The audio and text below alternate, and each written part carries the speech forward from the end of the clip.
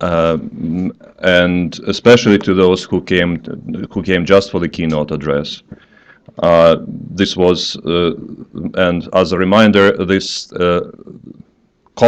talk, which are going to of Dr. Kenworthy, is part of our two-day conference symposium on St Tikhon of Moscow, dedicated to his double anniversary, 150 years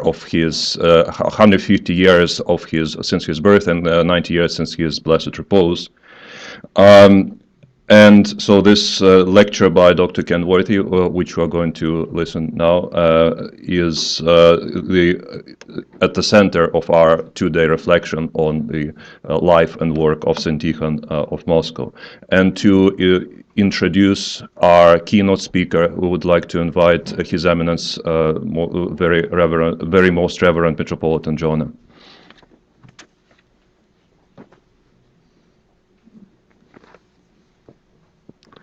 Ваше Высокопреосвященство, добро пожаловать. It's my great joy and honor to introduce the keynote speaker, Dr. Scott Kenworthy. We first met, I believe, when you came to Manton to visit the monastery in California back when I was still abbot there, and actually it was in Rice Junction. Ah, that's right. Long time ago. Yeah. And so I've had a chance to watch his academic career, and it's a real joy to see how things have developed over the years. Dr. Kenworthy is the Associate Professor of Comparative Religion at Miami University in Oxford, Ohio. His research interests focus on the history and thought of Eastern Orthodox Christianity, particularly in modern Russia. His first book, The Heart of Russia, Trinity St. Sergius, Monasticism and Society After 1825, published by Oxford Press, won the 2010 Frank and Elizabeth Brewer Prize of the American Society of Church History. So it's a beautiful and fascinating book focused on the history of the Trinity St. Sergius Monastery and its significance in the Russian Church. Dr. Kenworthy was a senior Fulbright scholar in Romania. He's also had fellowships with the Alexander von Humboldt Foundation, the Kennan Institute, the International Research and Exchanges Board and Social Science Research Council. He is currently working on a new monograph on St Tikhon, Patriarch of Moscow, which is the topic of his presentation. He wrote the introduction and edited and added notes to the new biography published by Holy Trinity Monastery or Seminary Press? Monastery Press. Monastery Press. There's two. That was talked about yesterday by Nicholas Chapman, and which is, by the way, an extremely enjoyable and worthy read. It goes fairly fast, and the notes that Dr. Kenworthy has added are extremely helpful, just to kind of reinforce what Nicholas said. And so, with that, I very much look forward to the address of Dr. Kenworthy.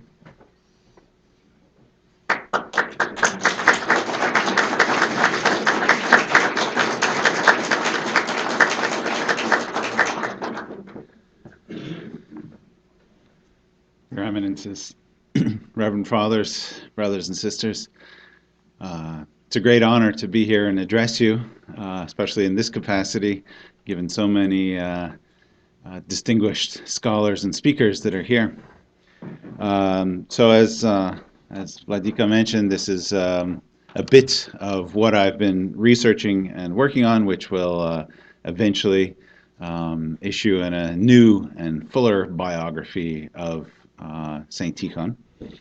And I should say that I'm not a hagiographer. I am historian trained in modern critical ways of approaching things, so this will be a critical biography, not an idealized version of St. Tikhon, I would say, but I'm trying to get at the flesh and blood person. But I think what comes through of the flesh and blood person is even more remarkable than sometimes our idealized versions of people. So Patriarch Tikhon was born Vasily Ivanovich Belavin on January 19th, 1865 in Klin, which was in the Pskov province. We heard a little bit about this yesterday. His father, Ioan Belavin, was the priest of the Klin parish and descended from a line of church servitors, although very little, almost nothing is known about his mother's background. The village where the future patriarch was born was then, as it is now, remote, some 300 kilometers from the provincial capital of Pskov. The land was uneven and not very fertile, and no rivers or lakes nearby. We heard about this yesterday. The Church of the Resurrection, which you see here, a pre-revolutionary picture, was a spacious 18th century stone church with a bell tower and is still standing. So this is a picture that I took exactly 1 year ago today, when I was able to go visit. So that's how the church looks now. Dmitry and I had the same view with this sign as you're entering the Rodina. This is a picture from the bell tower, where you see the cemetery in the background and kind of what's left of the village today. This is the house. The house itself is a modern, more recent construction, but it's on the foundation of the house where the Belavin family lived and where St Tikhon was born.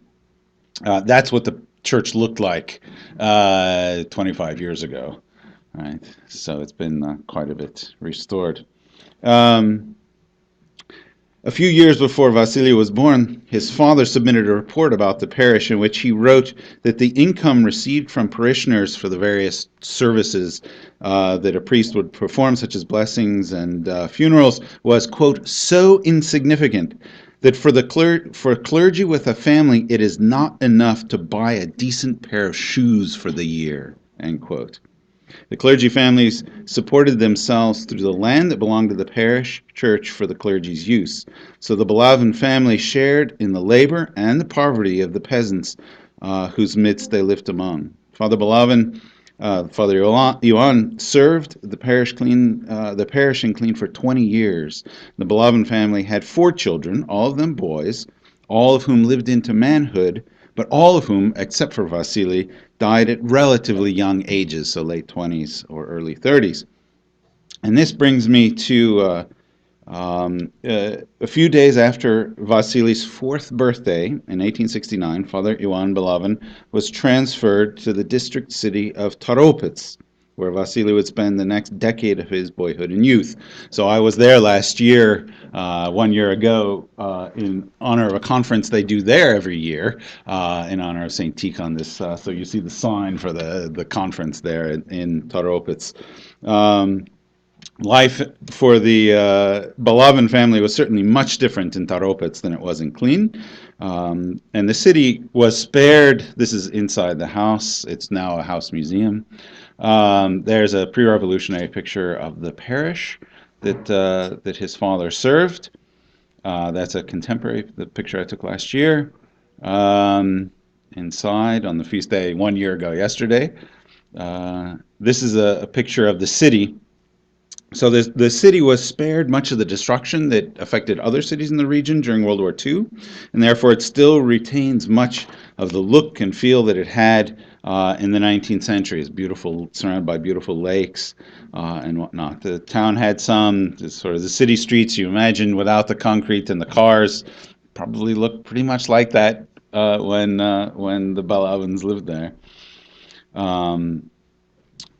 Let's see. So the town had some 6,000 people, mostly townspeople. The Church of the Transfiguration, which we have here, which Father Belavin served, was a large stone church constructed also in the 18th century. And the Belavin's final son, Mikhail, was born there in 1873. And all of the boys studied at the Taropets Ecclesiastical School, the Duchovное Училище, and then later at the Pskov Seminary. The eldest son died at the age of 26 in 1883, and then Vasily's next brother died in 1891 at the age of 32. And none of the Belavin boys married or had children. And then Father Ioan himself died. We don't know the exact date, but in the mid-1890s. In most biographies and hagiographical accounts, there we have the family tomb. I had the picture there. as it was not this way until fairly recently. I can't remember the exact year this mausoleum was built. Most biographies and hagiographical accounts of St. Tikhon recount a prophetic dream that his father reportedly had. And I'm not sure which was the original, the sort of earliest publication, but the one that seems to be the standard one that's repeated most was that from Michał Polski. And so I'll quote, once when Father Ioan slept in the hayloft with his 3 sons, he suddenly woke up in the night and woke them up. You know, he said, I just saw my deceased mother who predicted my impending death. And then pointing at you, added, that one will be unhappy or unsuccessful, whatever, garun, all his life. This one will die in youth, and that one, Vasily, will be great. The prophecy of the deceased one who appeared was fulfilled. This is Polsky's comment then, that the prophecy of the deceased one, that is his mother who appeared to him, was fulfilled with exact precision in all 3 brothers, end quote. And though the dream, including this conclusion that it was fulfilled exactly, is repeated in virtually every account of St. Tikhon's life, nobody ever actually tries to square it with the Bolavin family history. In fact, of course, he had not 3 brothers. There were not 3 brothers, but 4. For 1, for 2, according to Polsky's account, he had this dream, and his mother told him of his impending death. Right, skore smert. Well, when Father Bolavin's death was close, his 2 older sons were already dead. And he himself was I think in his 70s, and his St. Tikhon himself was, by this point, already archimandrite and dean of the Holm Seminary. So not the scenario where a father is taking his sons to the hayloft and spending the night, right? There's actually another version of the dream that has recently come to light, which was recorded in 1918 by the new martyr Kranid, Archimandrite Kranid, who was the last superior of the Troitsa Sergeyevo Lavra before it was closed by the Bolsheviks. And he evidently heard Patriarch Tikhon then recount this story to those who are close to him. It's a rather different version in certain details. So according to Kranid's account, the Patriarch told this story to those who were close to him. He said that he was still a little boy and the youngest son, and that the point of the dream was actually not so much focused on the sons, but the fact that Father Bolavin was given to periodic heavy drinking bouts, which was not unusual for Russian priests in the 19th century, and that his mother in the dream was reprimanding him for this and saying this was not in keeping with the high calling of a priest. And then Tikhon ends the story of the dream by saying after that dream he never gave into drinking again, right? And then this, almost as a sort of afterthought, was also the thing about the 3 sons, which Kranid, in his retelling of the story, emphasizes the humility with which Tikhon was relating this event, right? But even with Kranid's version, there is some problems. So he puts in Tikhon's mouth in the first person, identifying the middle brother as Mikhail, the one who dies in America. But of course, he wasn't the middle brother. He was the youngest brother. So in any version of the dream clearly comes from St. Tikhon himself. But in the process of transmission, it's been, elements of it have been corrupted. And so it's a little hard to figure out exactly what happened. My own guess would be that it probably happened maybe even before Mikhail was even born. So there was just still the 3, and in fact the 2 older brothers, we know very little bit about them, but certainly one of them did die young, but we don't know much about the middle. Okay.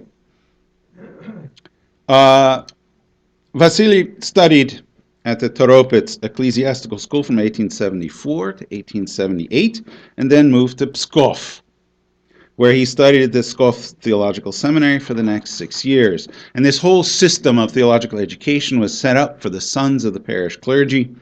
And in the 1870s, when he was at the seminary, they received a classical education that was equivalent to the gymnasium education that the aristocracy received, with a particularly heavy emphasis on Greek and Latin, all the way from the Uchilish all the way through the seminary, as well as general subjects including mathematics, literature, philosophy, history, and then and throughout they would study scripture and some liturgical subjects and things like this, but it was only in the last 2 years of the seminary that they really studied the theological subjects most heavily.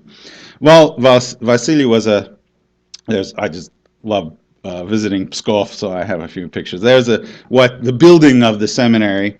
It's no longer the seminary, but as it looks today.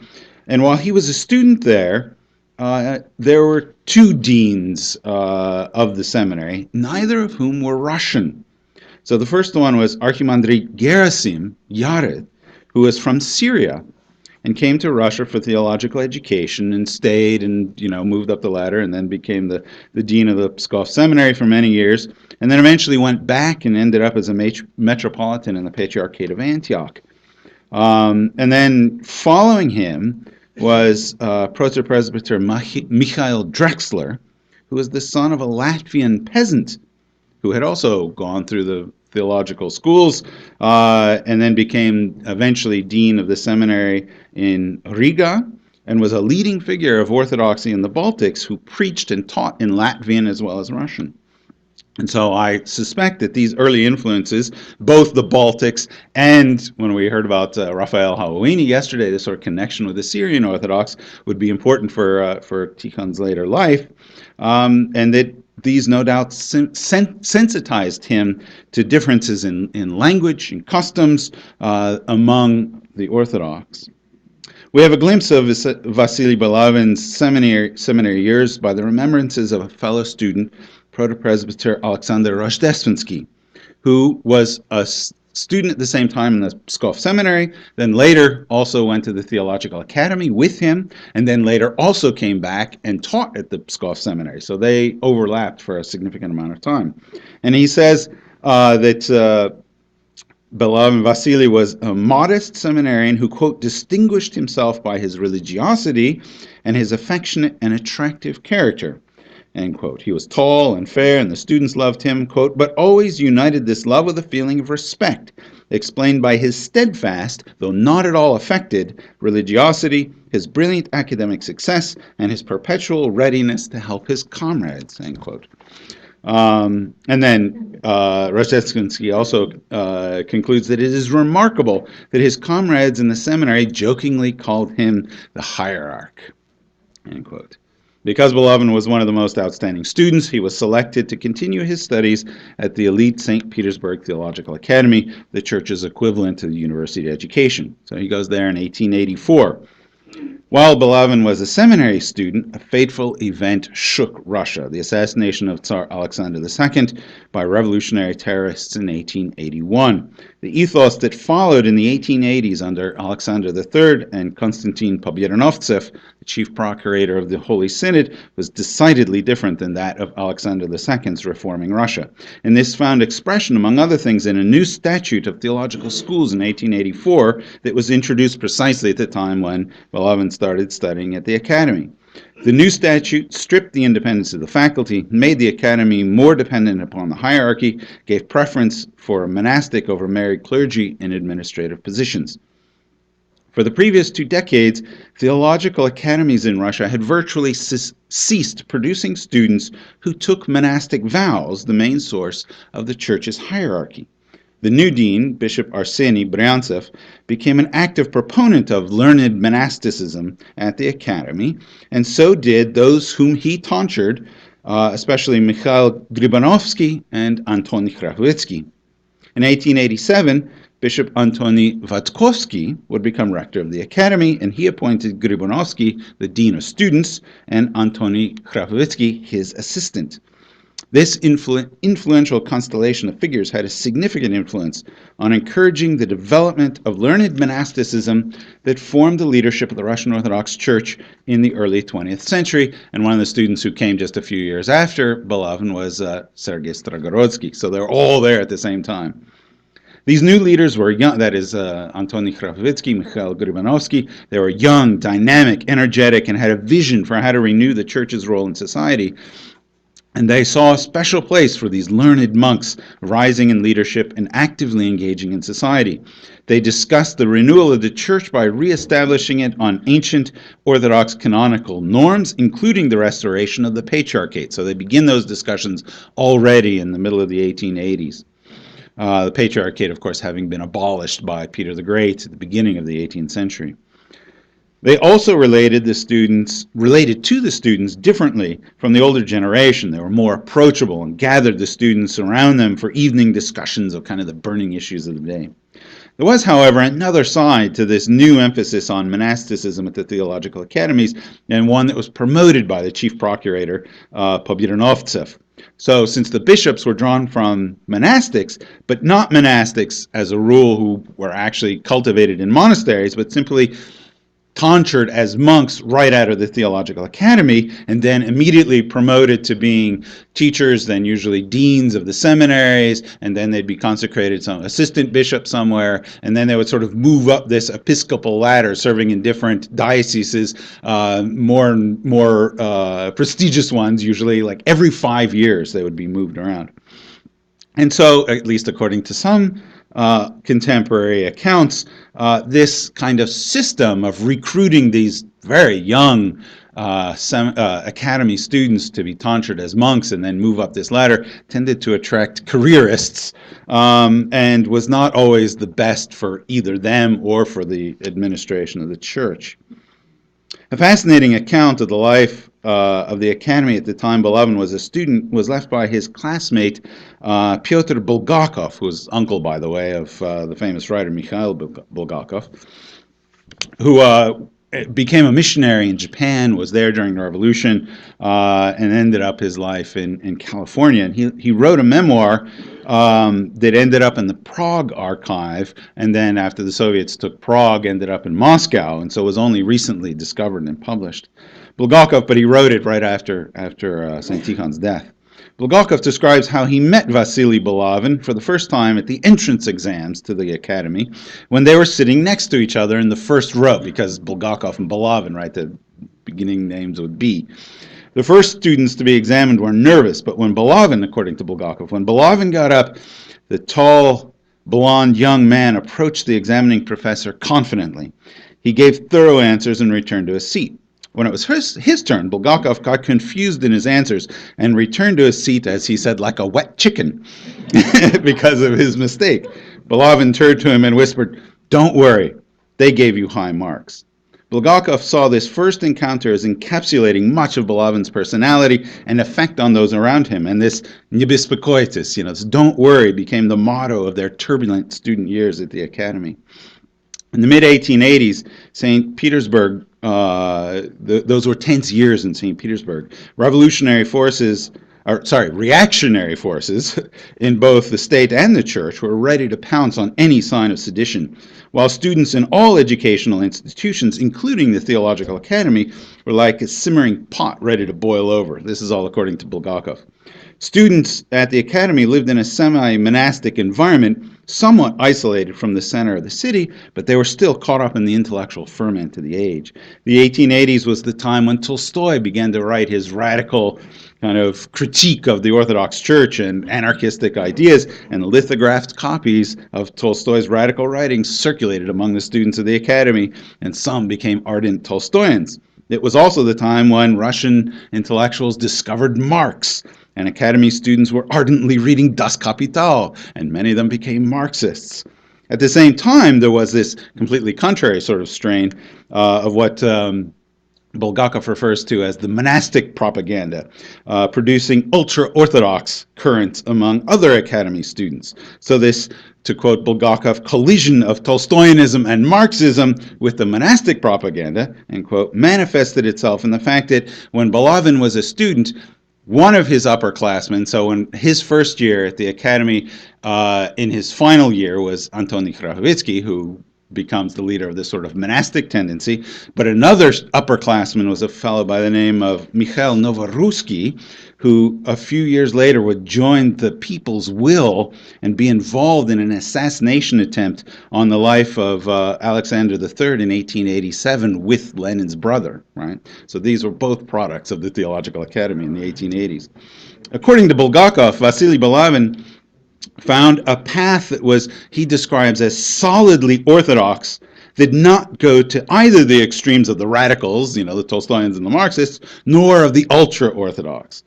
Balavin won the affection and respect of his fellow students, who nicknamed him the Patriarch, as an expression of this regard, although nicknames were not common at the academy. So on the election of Tikhon to the Patriarchate in 1917, then Archbishop Antoni Hrabovitsky said that his classmates were, quote, unconsciously prophetic in their nickname. And he continues, quote, when you were still a layman, and neither they, that is his fellow students, nor you yourself could even dream about the actual realization of such a title. In other words, that there would even be a patriarch, given to you by your friends of your youth for your steady, imperturbably solid disposition and godly frame of mind, end quote. Not only was Balavin the patriarch, but his classmates made up the patriarch's entourage, which found expression in spontaneous liturgical concerts that would happen in the dormitories in the evenings.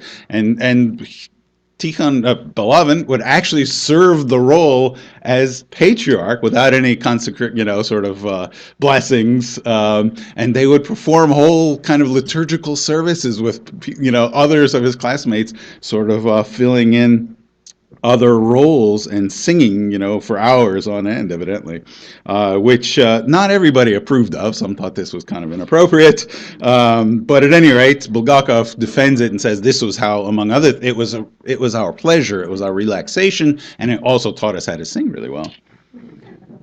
Balavin came to his moderate but firmly orthodox position, according to Bulgakov, with the help of the academy professors, many of whom were the leading theologians and scholars of the Russian Church in that age.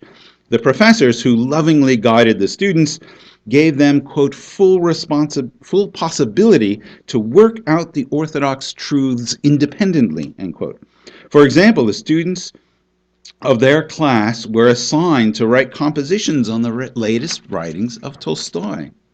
Although the ultra-Orthodox elements, according to Bulgakov, reproached the professors for this, Bulgakov asserts that it was precisely the freedom of academic inquiry that allowed for this solidly orthodox but moderate position of Balavin and his cohort.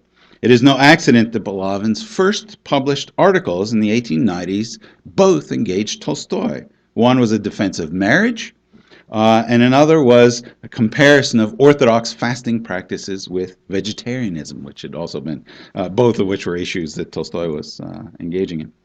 Emblematic of these years was the selection of Balavin as the student librarian. So students, of course, the library at the Theological Academy was enormously rich, but for religious subjects, right, theological and church history and, you name it. But the students wanted to read contemporary literature, which wasn't available in the Academy Library, to keep up with what was happening in society. And so they kept their own library on their own means and traditionally elected their own librarian. But the statute of 1884 stipulated greater oversight from the Academy and administration, and especially in these turbulent years. So the student librarian was removed. But Antoni Vatkovsky, who had to appoint a new one, knew his students well and was sensitive to their mood. So he appointed Vasily Balavin. Rojdestvenski wrote that, quote, the popularity of Balavin among the students was so great that no one protested against this violation of the students' rights, end quote. Bulgakov presents a slightly more nuanced version. He says, in fact, there were people who were dissatisfied with it, both among the right and among the left. In other words, the people on the right, according to Bulgakov, just wanted to stock the student library with Ephraim the Syrian and John Chrysostom, sort of pious writings, whereas those on the left, of course, wanted, Tolstoy and Marx and this kind of stuff. But Balavin's, this moderate, firmly orthodox position, which was rooted in the church but open to engaging secular literature and thought, clearly won the support of the majority of the students. The students of St. Petersburg Academy faced many challenges in those turbulent times. It was the seminary, the academy was, at least there was rumors that it was going to be closed even after this event with Novorusky involved in this assassination plot. So Balavin's calm and steady character and his motto of "Don't worry" helped his classmates prevent all the turbulence from totally disrupting their studies, according to Bulgakov. So he graduates from the Theological Academy in 1888. fifth in his class with a thesis on Jansenism, the kind of movement in the Roman Catholic Church. And he returns at the age of 22 as a layman to the Pskov Seminary, we still have the picture, as a theology teacher. So there was certainly encouragement for students at the academy who were so inclined to take monastic vows, but Balavin didn't choose this route, not yet.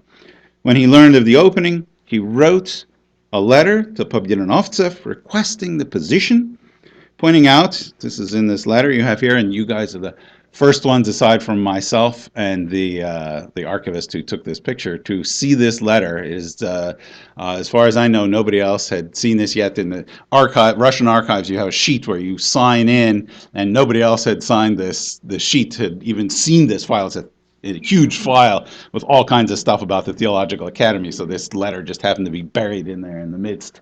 And as far as I know, it's the earliest letter I have yet seen written from St. Tikhon's own hand.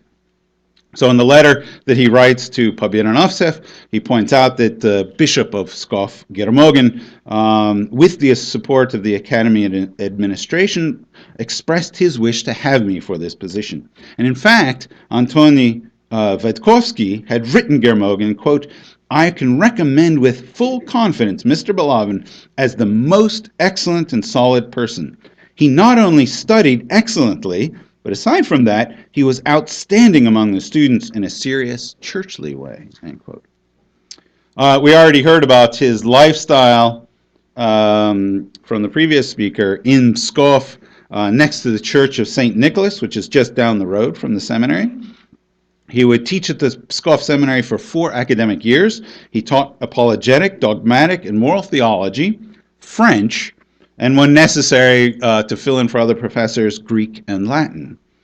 In teaching dogmatic theology, and I found this in the Pskov archive, in the sort of Отчет о состоянии Pskovской духовной семинарии, sort of annual report about the state of the seminary, he sought not so much to give the students, to have the students learn the formal aspects of the doctrines as to, quote, lead the students to an understanding of the spirit, meaning, and significance of the dogmas, so that they did not simply master and remember the dogmatic truths, they just sort of memorize them, right, but be vividly and deeply penetrated by them, imprint them in their hearts, and bring out of their studies completely conscious and, I don't know how to translate this best, razumne convictions, sort of really understand it, which is so necessary and important in the business of pastoral service, end quote. So he wanted the students to see that the doctrines were not something abstract and far from life, as people often think, but on the contrary, that addressed the great questions of life which people ask and are important to resolving these questions by providing the truth about humanity's spiritual nature. And if any of you know anything about theological education in 19th century Russia, this was, where there was a lot of rote learning and memorization and very dry theological textbooks. This, I think, is very telling. Balavin was evidently very well liked by his students in Pskov and very sociable. He had lots of friends who, they would spend time together and whatnot. At the end of 1891, at the age of 26, Balavin took a major step. He informed his bishop of his wish to take monastic vows. It may be wondered why, if he knew all along he wanted to take the monastic path, that he didn't do so earlier while he was still at the academy, since some of his classmates did, and they were certainly encouraged to. One clear reason, according to his friends, was that he was not a careerist. And so to sort of separate himself from even that possibility, he didn't do it immediately.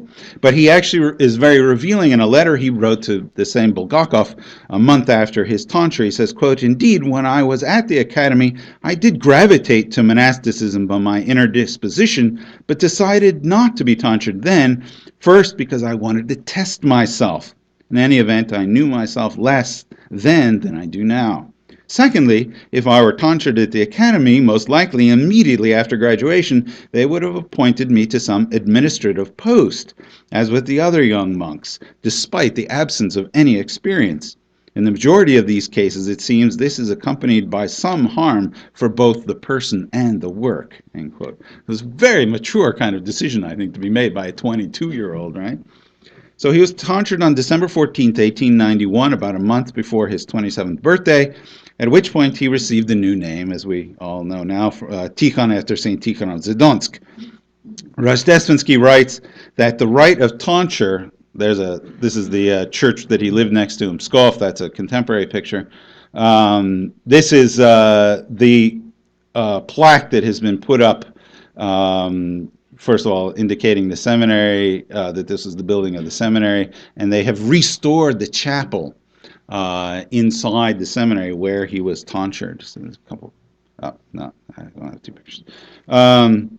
So according to Rojdestvenski, this rite of tonsure, so rare in a provincial town, and even more for a person who so many knew well, attracted nearly the whole town, which overcrowded this very small seminary chapel. Shortly, of course, afterwards, he was then ordained to the diaconate and the priesthood, and less than 3 months later, the Holy Synod appointed him to be Dean of Students in Holm. So Holm, let's see here, is, where is it? Right here, right? So it's a very unique kind of place.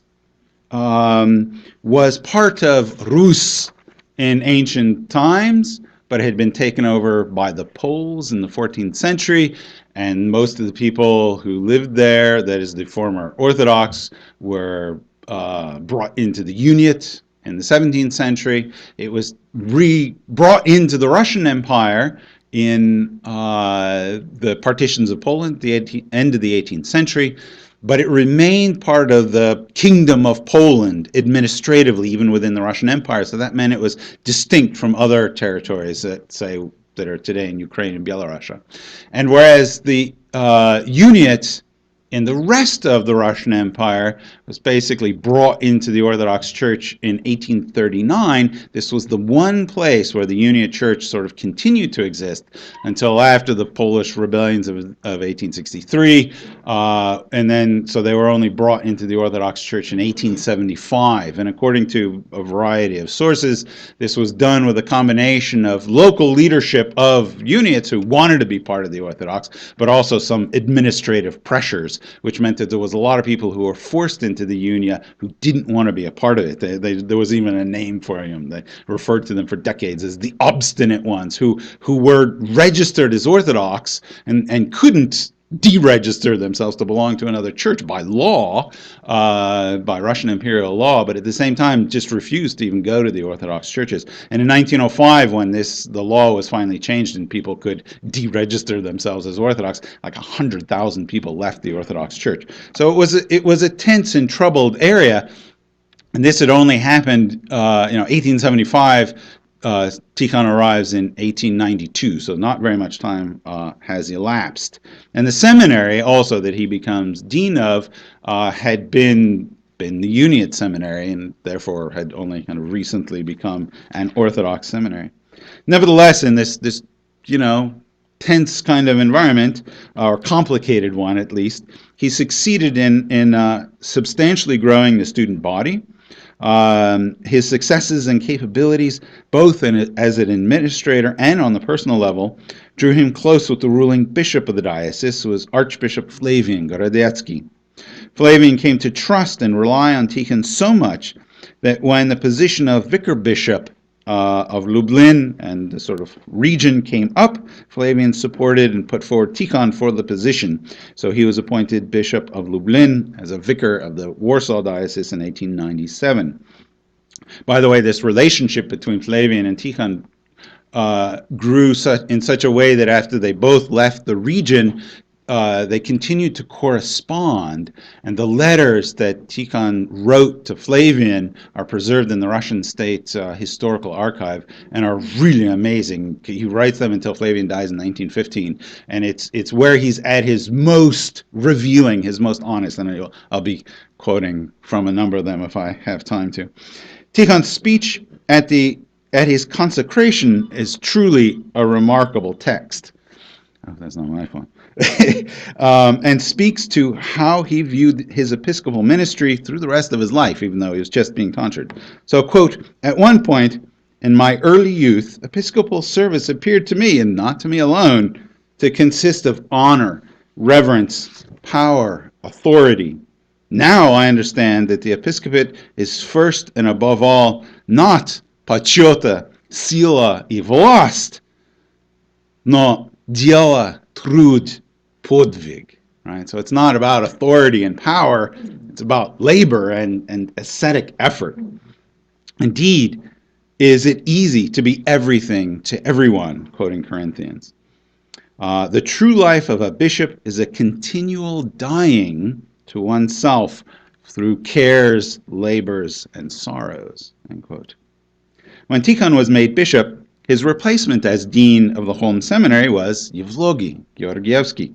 In his memoirs, which were recently published in English by St. Vladimir's Press, and I recommend, it's really great reading, Yevlogy writes how the atmosphere of Holm was so completely different from that he was used to in his previous positions, and how he could relate to Tikhon, quote, with an open heart, rather than putting on the formalities, as was the custom in seminaries and church institutions. As dean, Yevlogy writes, quote, "Archimandrite Tikhon was very popular both at the seminary and among the people. Pleasant and charming, he was a desired guest everywhere and gained everyone's favor, enlivening any gathering, with everyone feeling cheerful, pleased, and at ease in his presence. As dean, he managed to establish a living and lasting relationship with the people. And as bishop, he deepened and expanded his links with the people even more and became truly the Holm region's own hierarch. In my travels throughout the diocese, I repeatedly heard the most heartfelt comments about him from the clergy and the people," end quote. In one of his most telling episodes, so Yevlogy himself later becomes the bishop of Lublin, sort of taking Tikhon's place some years later.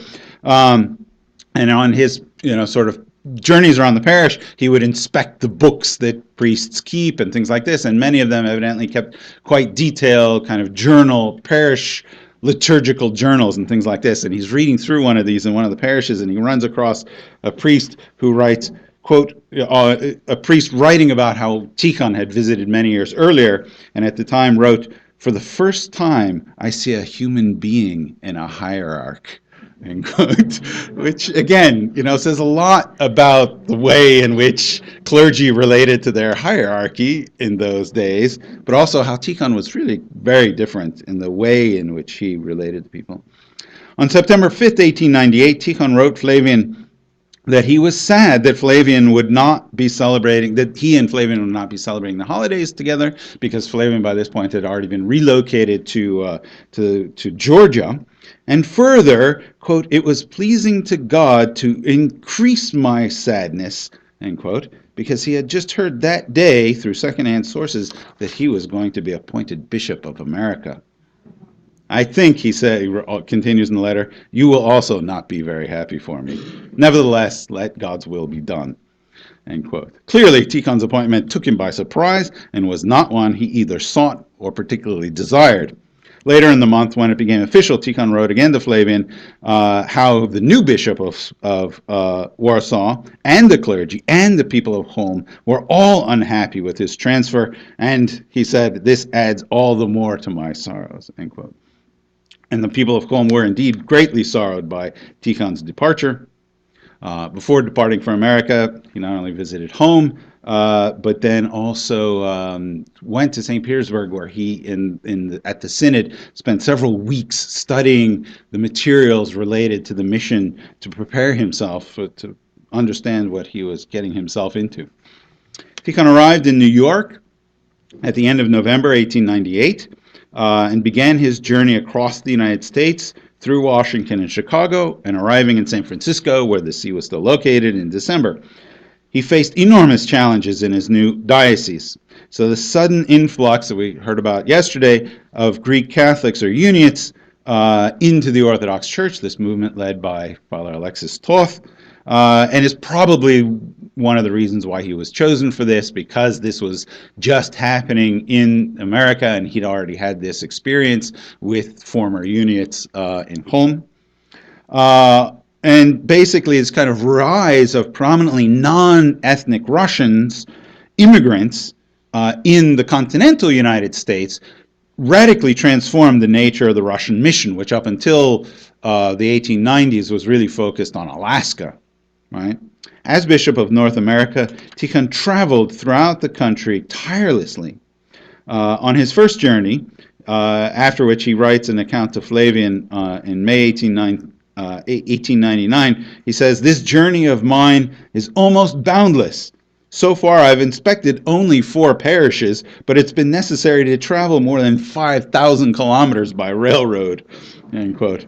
The travels were difficult. He told Flavian on his return that he nearly fell under a train, and he experienced various deprivations on the road. In all, he traveled for 4 months and 24,000 kilometers. And as he wrote, quote, left for next year the places furthest away, end quote. A year later, Tikhon departed for a long tour of Alaska, and this became his pattern throughout the rest of his episcopal career, was that every year after Pascha, he would go, wherever he was bishop, he would go on long episcopal journeys, visiting his whole diocese, whichever diocese happened to be. He was sort of tirelessly traveling. On his return, he described the journey to Flavian and candidly expresses his frustrations with the limitations of the mission. So this is, I'll quote from this rather long letter. He says, "The trip was not the easiest. I succeeded in getting to places where no bishop had ever been before." This is in Alaska. Do I have any? Oh, there's the appropriate picture. "But that required going on at times on foot across the tundra. 12 nights I slept on the ground in a tent," which for Russian bishops, this is really roughing it. "Our provisions, as they say here, were short, that is few, but most of all it was necessary to bear the mosquitoes and, excuse me, the lice. Truth be told, my life here is unenviable and doleful, but the most difficult part is that all of this is spent for nothing, and it doesn't help. For I myself am left without help, that is, without people and without means, especially financial. I was, for example, just now in the north, right? He's talking about his trip to Alaska. It's necessary to set up an orphanage there to bolster the staff of missionaries, but there are no means, and they don't give them," that is from St. Petersburg, "and neither are there people," that is missionaries, right? "And they don't want to come. When they sent me here," that is when Russians sent him to the United States, "in St. Petersburg, they promised to help me from the missionary society.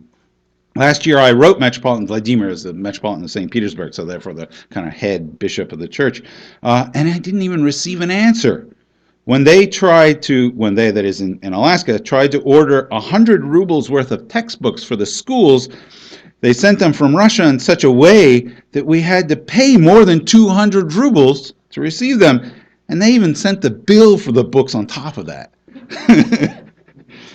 Even from the synod, I sometimes don't receive an answer for necessary paperwork, even when I'm not asking for money. But really, it's such a shame to manifest all one's activity in such things in a diocese where there is such vital business." End quote. The challenges to the mission in North America were clearly enormous. The geographical, spread of it, financial, with so few funds coming from Russia, and personnel, that is recruiting missionaries. And some of St. Tikhon's major efforts in North America will be to address these problems. The financial one he couldn't, but at least the geographical one he answers by getting a vicar bishop for Alaska, which I'll talk about more in a second, and recruiting missionaries he tries to solve by establishing the first seminary. In May 1901, Tikhon again departed for the east. During this long trip, he also visited, so he goes eastward across to the United States, and then up to Canada, and westward across Canada, right? And then down to Seattle, where he catches a boat to Alaska, and he returns to San Francisco only in mid-October. So he's like almost half the year he's on the road. And one continuous tour of his enormous diocese. From Seattle, he wrote to Flavian describing his trip in Canada. Quote, "I just returned from Canada. I had to travel there more than 200 kilometers on horseback along a nasty road, far inferior even to Taropit's country paths. In one place, the coachman and I were thrown from the carriage, and during the fall, I scrunched my leg and scratched my hand. Could have been worse, but somehow I managed to pull my leg out of the boot from under the wheel. By the way, that didn't prevent me from serving the liturgy right after. In Canada, I consecrated 2 churches and 1 chapel. We have more than 2,000 parishioners there, end quote. On his return to San Francisco after such a long journey, Tikhon had no time to rest because of the enormous amount of paperwork that awaited him. The challenge of governing such a vast diocese prompted Tikhon to write Chief Procurator Pobiranovtsev requesting an assistant or vicar bishop. Of course, he wrote to Flavian in October 1901, all sorts of objections and difficulties will be found, of which the main is financial, but I wrote that I was ready to basically split my money with the vicar, so they wouldn't have to give any more money. The ruling bishop will remain in the States, the vicar in Sitka, where everything is ready for him, end quote. Much of St. Tikhon's efforts in 1902, I have a few more pictures of him in Alaska. In 1902 were consumed with constructing the new cathedral in New York, which was consecrated in November. Noting that Flavian had already been transferred twice since Tikhon came to America, he commented that it was his 5th year of service in America. Quote, "It's time for me to ask about being recalled," he wrote. The thought of leaving intensified when in November he received a telegram informing him that his younger brother Mikhail, who had come with him to America and was actually serving as his personal secretary, had died in San Francisco. St. Tikhon was unable even to attend his brother's funeral and only returned to San Francisco in December.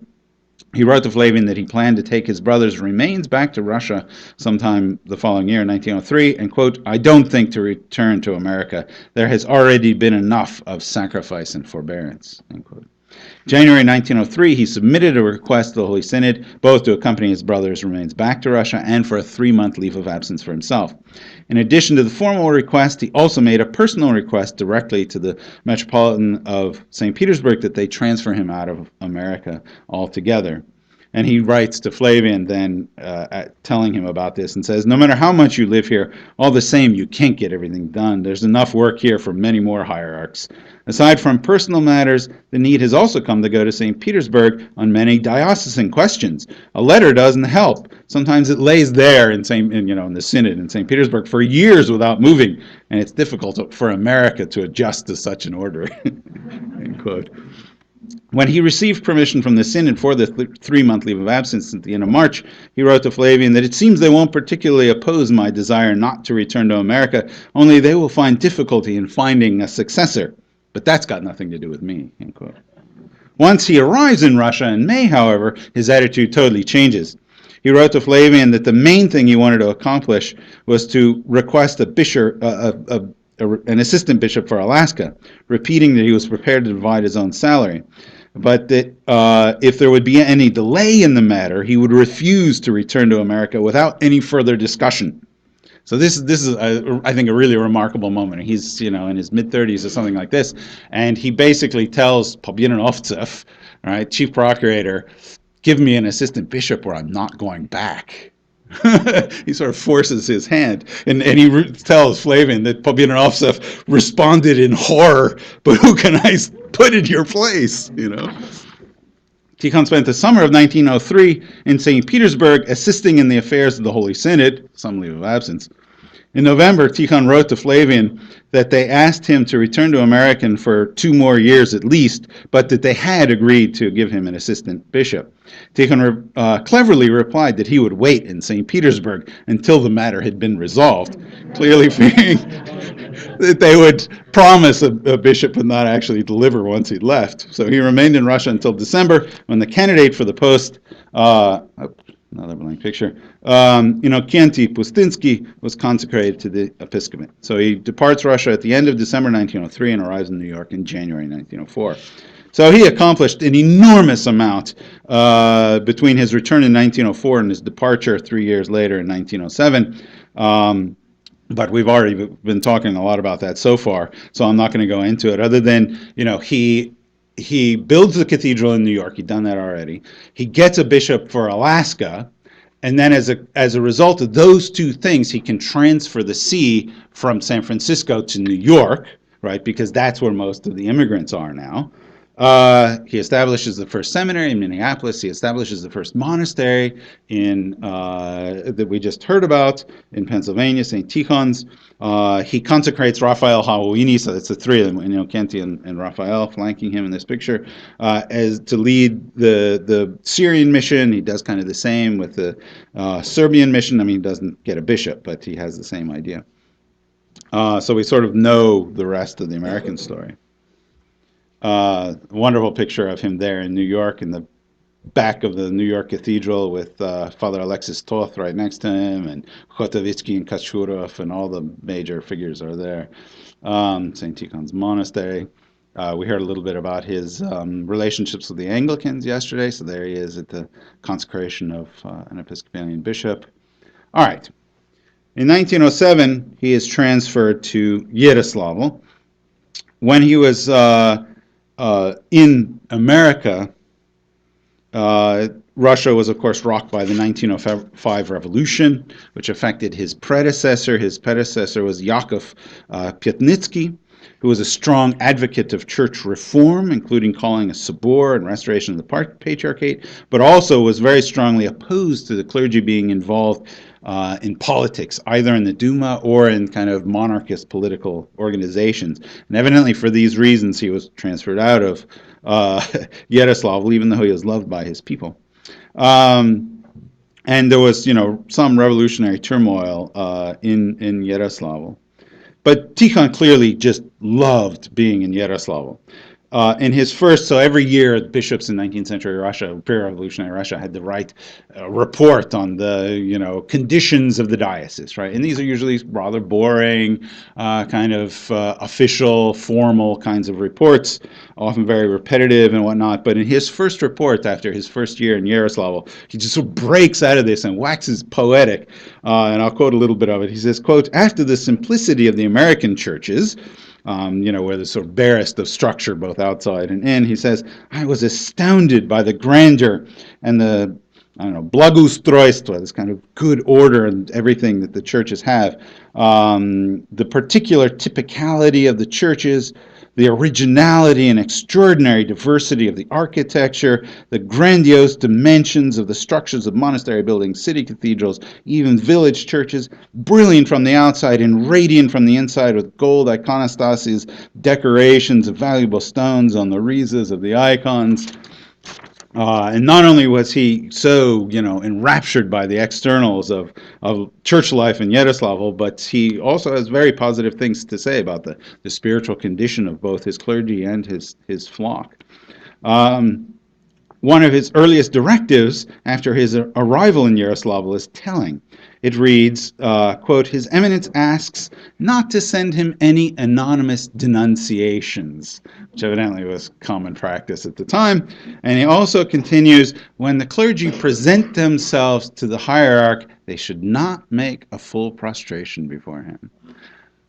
This was, first thing he says in publicly in the diocesan journal, right, informing all of his clergy with this. Again, pretty significant departure from standard practice at the time, and is so telling of his kind of personal lack of pretension and humility and just real human personal relations with his clergy.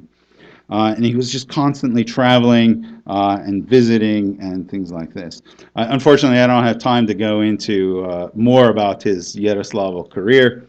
But in December 22nd, 1913, the Holy Synod issued an order transferring Archbishop Tikhon to Vilna and transferring in his place Archbishop Agafangel Preobrazhensky of Vilna. So in a sense, they swapped sees, and this was very unusual practice.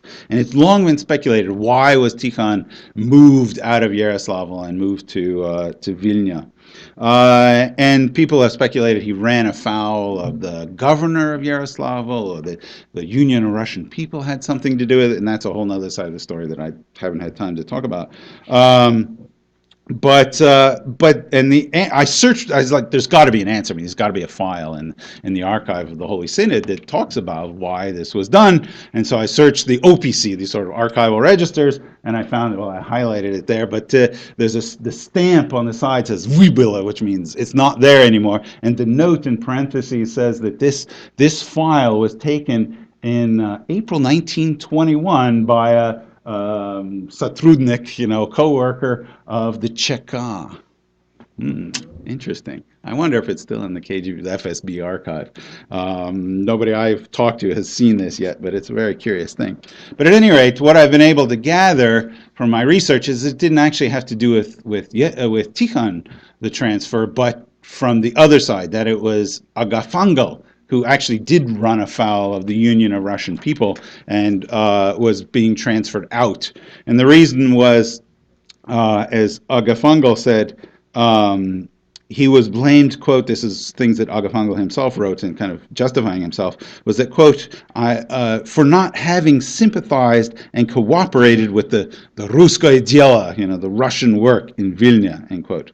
He said that he thought this was untrue, that he held the banner of orthodoxy high, quote, bowing it neither before the non-Orthodox nor before the Unionists, that is, the Union of Russian People, who tried to drag the church into politics and have their banners, but in Russian styagi, right, sort of political banners, not simply next to, but in front of the church's banners, the Kharugvi, right, end quote.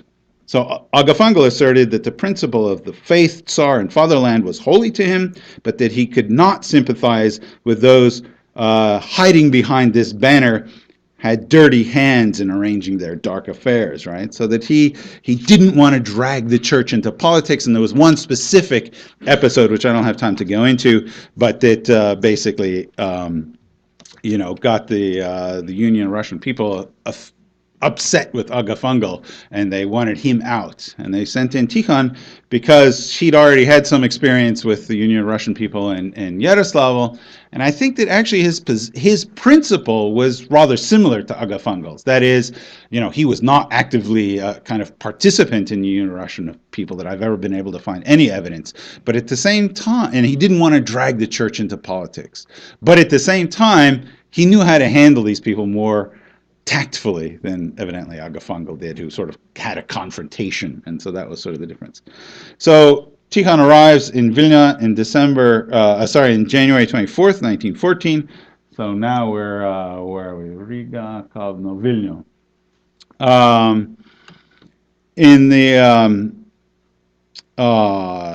He was very aware that he was coming into a very complex kind of situation.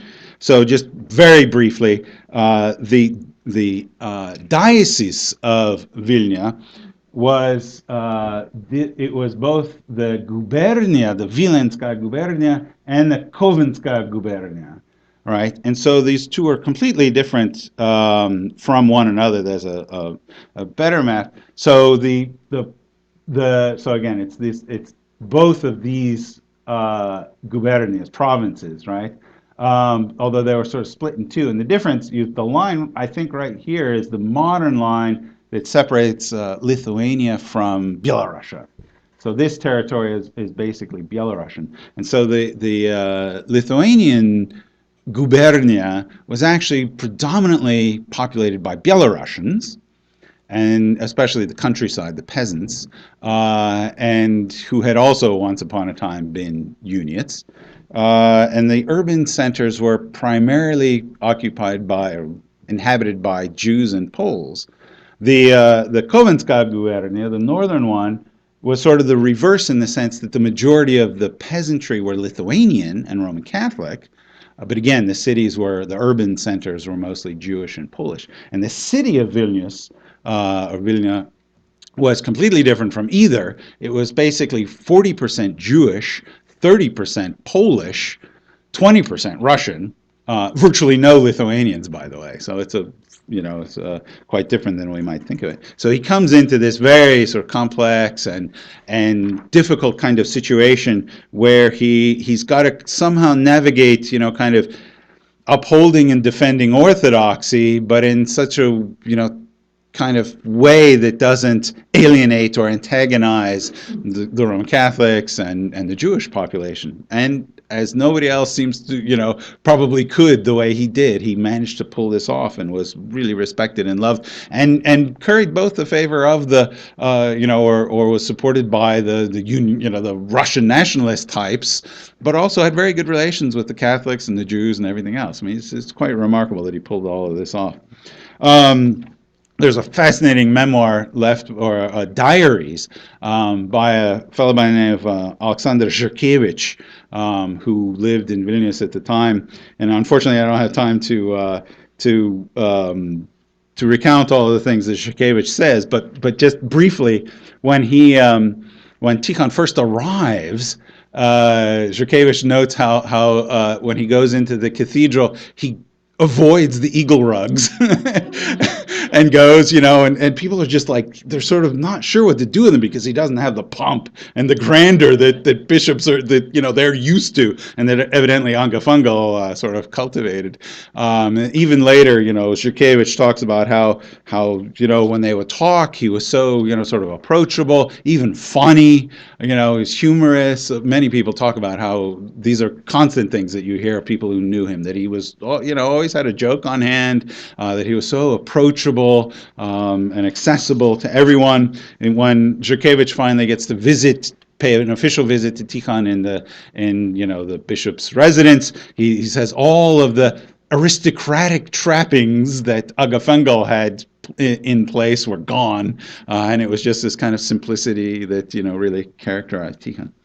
So he was there for basicly a year, half a year, and World War I breaks out, right? And Vilna where's the map, is basically rather close to the front line with the Germans, and it becomes a center point of troops going towards the front and wounded soldiers and refugees and stuff coming back from the front. And so the nature of his ministry changes overnight, and suddenly, the clergy are directed towards establishing infirmaries for wounded soldiers and kind of doing his efforts to take care of refugees and all of this kind of stuff. And then in the middle of 1915, the Germans actually begin an offensive, and they take Vilna.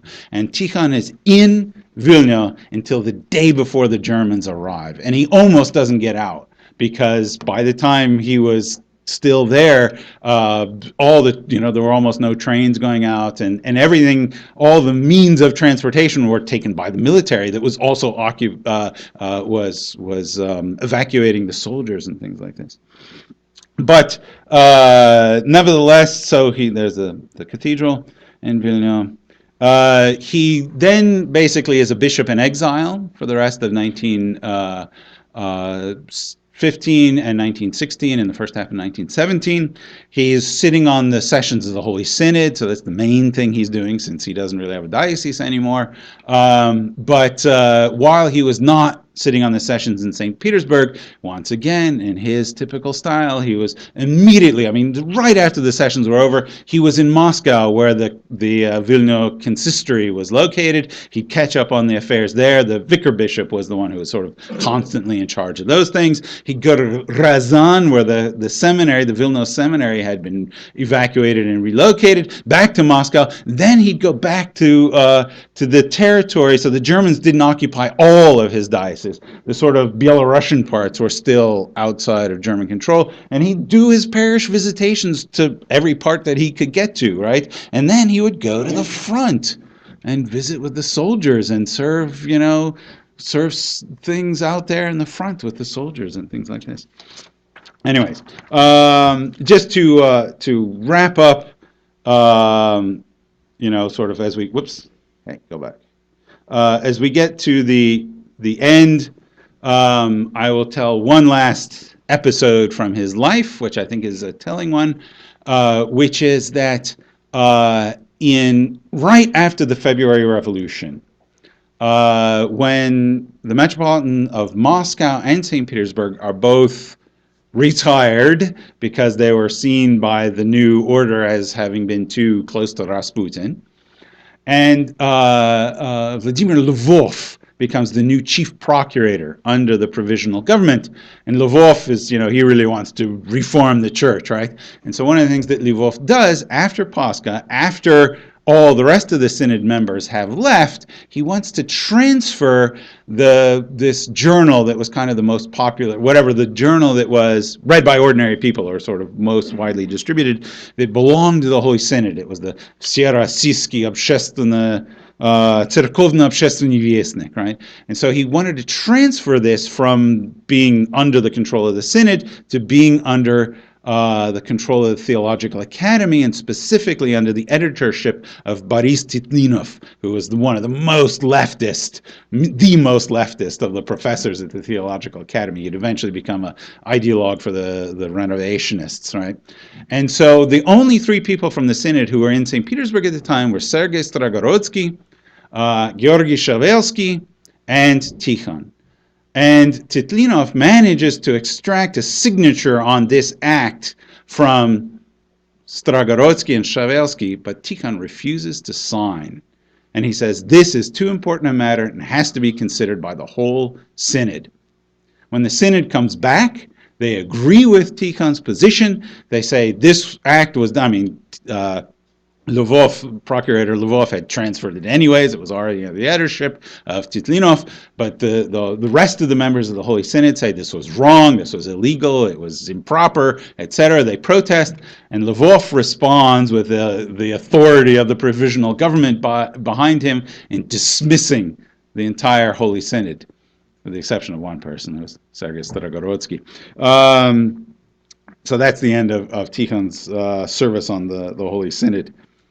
Well, in the middle of 1917, he gets so after these, the bishops of Moscow and Petrograd were sort of purged, they had to have elections, so they wanted to elect bishops. This was totally new in the Russian church, right? So they had diocesan meetings of clergy and laity who elected their hierarch. And the person actually they wanted to elect was A.D. Samarin, who was a layman, but had been chief procurator that had really stood firm ground against Rasputin's influence and things like this, but of course he wasn't eligible, and so the person they elected, popularly elected, was Tikhon, who then becomes Archbishop and later Metropolitan of Moscow. And it's not entirely clear why, but part of it was clearly he was a person who could stand up for the church, in part in the face of political interference, whether it was Rasputinites kind of political interference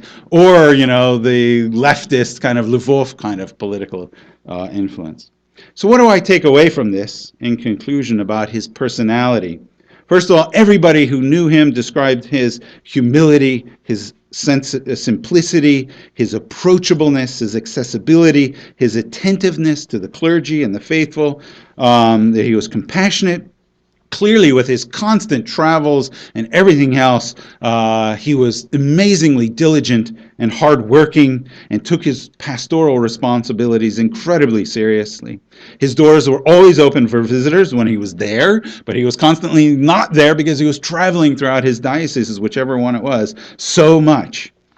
When it came to relations with people, he was kind and gentle, but when it became matters of, authority, he could be extremely strong. And I think this is important. We often have this vision of St. Tikhon as in Russian, they describe him as myakhy, right? As this kind and gentle person. And he was, when it came to relating to people, especially under him, you could say, his clergy and his faithful. But when it came to, face to face with church administration sometimes or politics, he held his ground. He could be very strong and determined. He was open, engaged with the world, and always supported education. His numerous experiences in multi-confessional and multi-ethnic environments, he had this remarkable, ability to make the Orthodox and the Russians to feel as though he was really standing up for their interests, at the same time as developing positive relations with the confessional and ethnic others. He took a firm stance against politicizing the church or allowing politics to enter the church. And during all of this very difficult time in Russia's history, he managed to kind of steer a middle path. Thank you.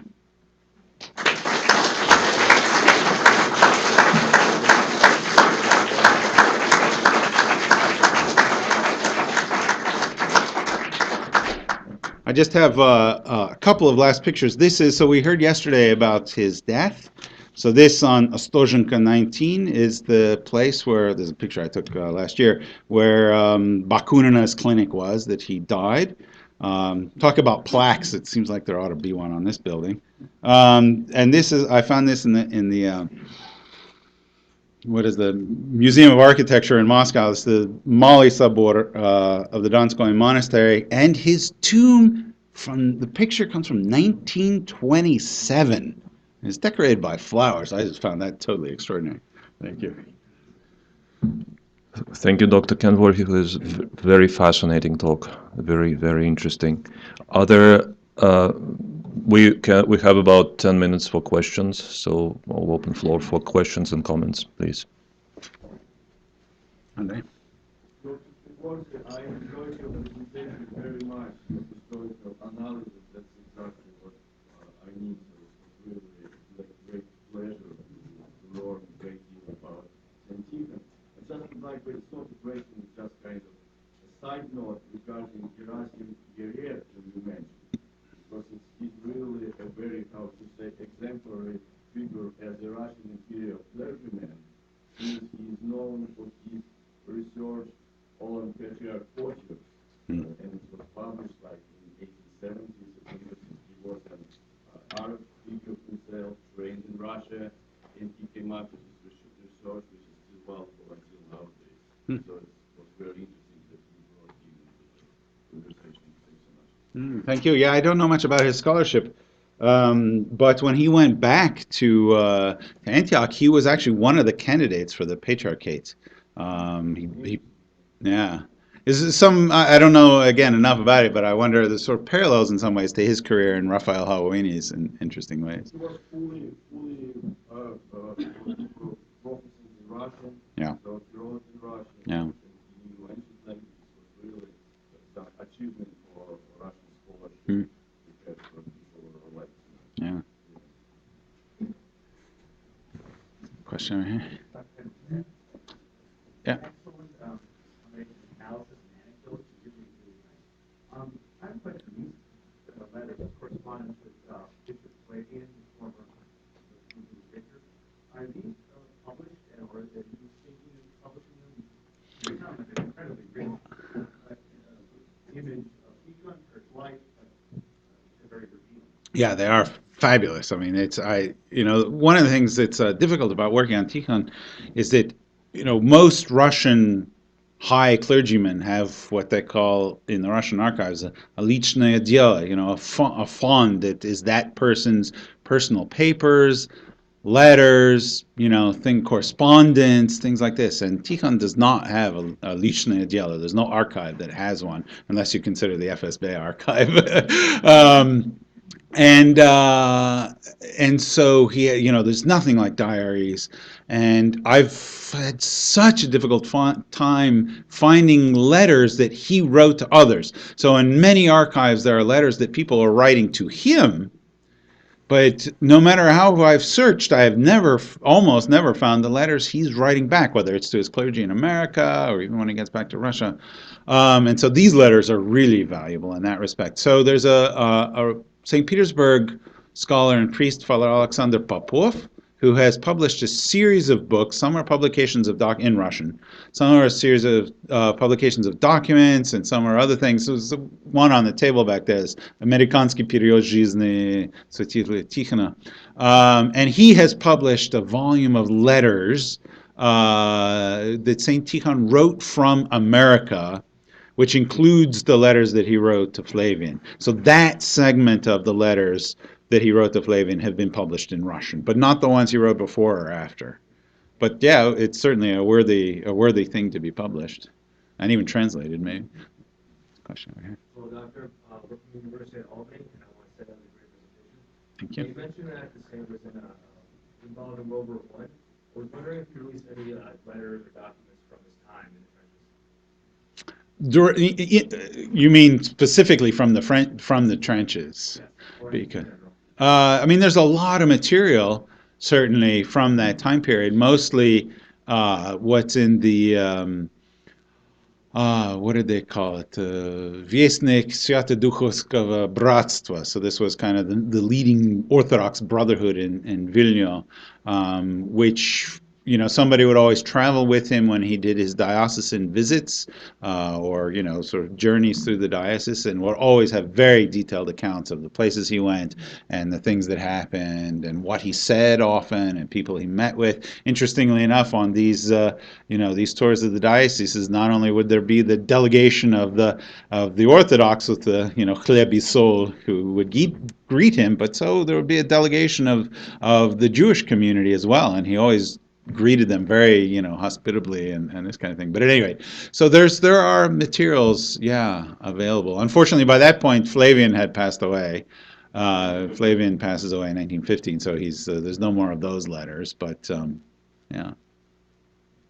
I mean, it was a bit, as far as specifically the war goes, it was a bit awkward because there was a specific clergy whose job was to be, chaplains and all of this sort of stuff. So Georgy Shevelsky, the proto-presbyter who wrote many important memoirs and things like this, he was the head of all of this and usually didn't like diocesan bishops sort of sticking their nose in what he considered his sphere of work. But actually he and Tikhon got along quite well.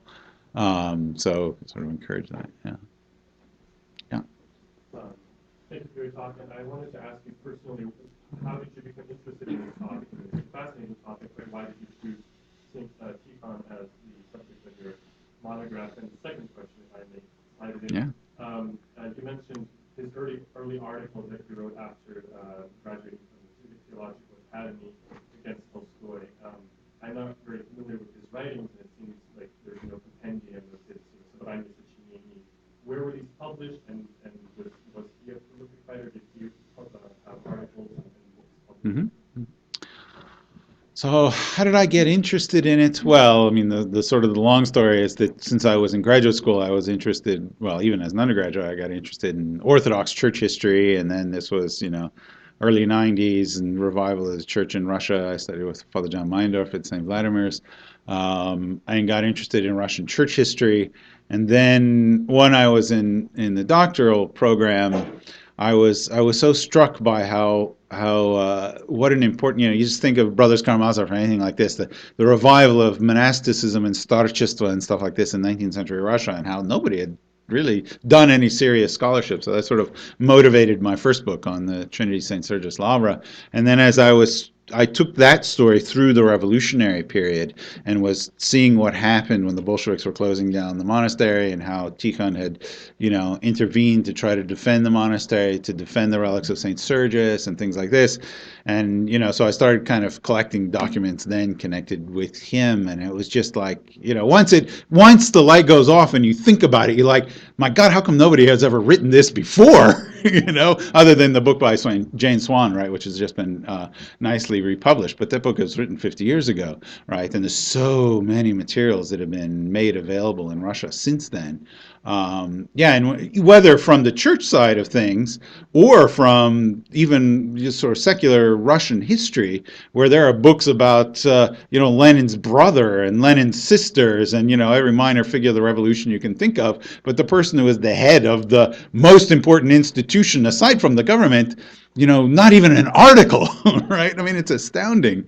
And in Russian historiography, the Soviet way of interpreting the early relationship of church and state got taken up by some Western scholars. So to this day, the only book about the church in the early Soviet period in English, well, there's Pospilovsky's book, but other than Pospilovsky's, the sort of standard book was written by John Shelton Curtis, also in the 1950s. And he presents this kind of interpretation that, the Bolsheviks really just tried to disestablish the church through legal means, and it was the church that basically was calling for the overthrow of the Bolsheviks, and so that forced the hand of the Bolsheviks to come down more harshly on the church, right?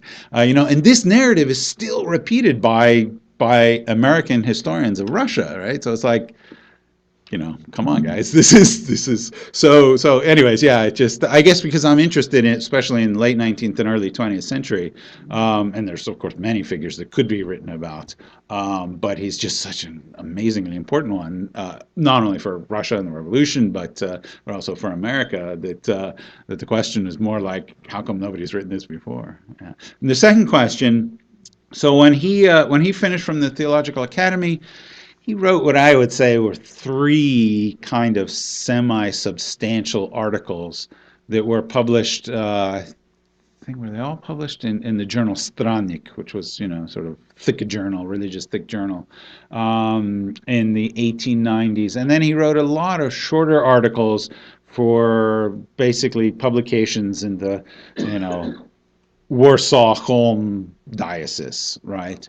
Usually, a couple of things after the death of a couple of major bishops, and some, about the meaning of the church, things that were definitely kind of non-academic, but directed at a sort of more popular kind of level. But he does most of his writing in the 1890s while he's a professor, dean of the seminary. He doesn't really write much later. He's, obviously his sermons have been especially from the American period, were published, and David Ford is working on a translation of them into English, so that'll be very welcome. So he was kind of, he was known definitely as a homilist. But then you don't really even see his sermons being published, even by the time he gets to Yaroslavl. And he doesn't really publish anything after that. So he's not by any means in the same sort of category or league of Antoni Chrahovitsky or Sergei Stragorodsky, who those guys are serious theologians. So while Tikhon he did extremely well at the academy and was obviously smart, he was not academically inclined, and so he did not publish a lot. These things have been republished in Russia, but there is no sort of Sobranie Sochinenia or anything like that. Got a couple lines. David, yeah. Is his work on marriage, one of those early works you mentioned, is that available? You can, oh no, not that I know of. No, you can find it republished in Russia in various, even on the internet, I think. But none of these things have been translated into English. Yeah. Have you come across any information on his relationship, St Tikhon's relationship to St Hilarion Troitsky, who was his archbishop? Well, that becomes very important in the Soviet period, of course, because Hilarion Troitsky is, almost kind of his right-hand man in that. But I think the relationship begins later. It's not a relationship that didn't start earlier than that.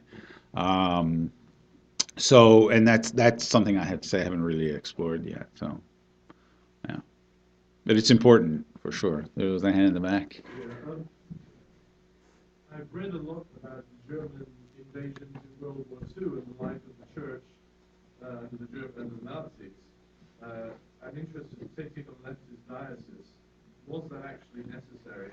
I've never heard anybody say anything about the life of the church under German occupation in World War I. Yeah, that's an interesting question. There were reports and rumors of how the Germans were, defiling churches and things like this.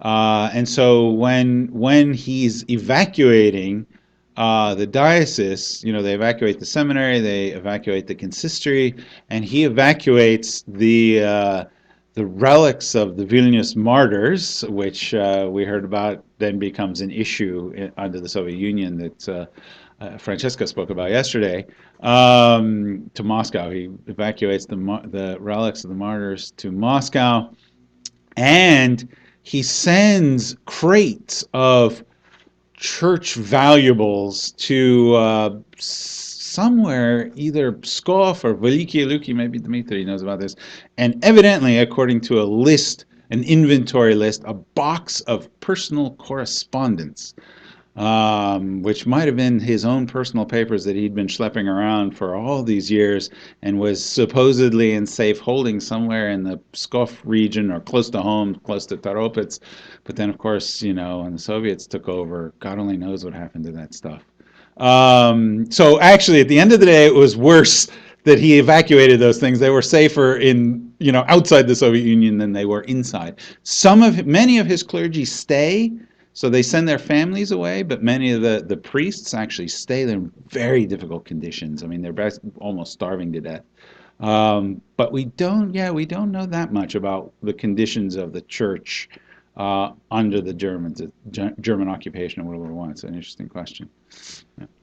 I think we should bring our session to the close, and thank you very much, Scott, again.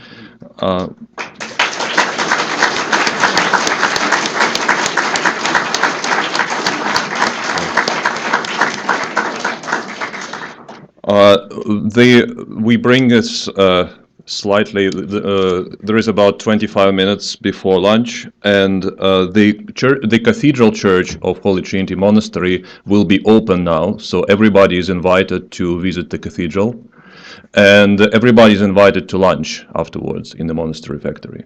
So, and right after lunch, the Museum of the Foundation of Russian History will be open, so please use this opportunity to visit the museum. And also, of course, if you haven't been here earlier for the conference, there is also a small exhibit in this hall, at the back of the hall, of the items from our collection of our museum related to St Tikhon. There is a book which was owned by St Tikhon's father in that glass case. One more thing, which of course it's not only just my opinion, but it's a general opinion of people whom I've spoken with throughout the last 1.5 days, that this conference was so far is a great success.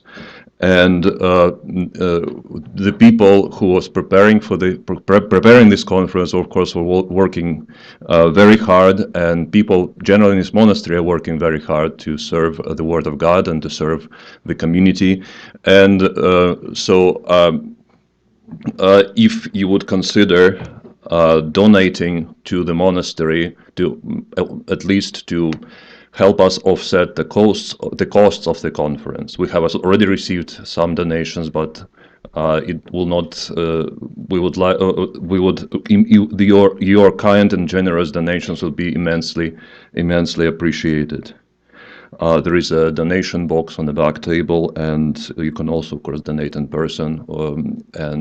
And if you have any questions, ask me or Nicholas Williams over there, our media coordinator. And of course, so now is, please proceed through these middle doors straight to the cathedral. There will be a concert. Okay, great. There will be a small concert in the cathedral of our choir. So please, and after that, you please join us for lunch.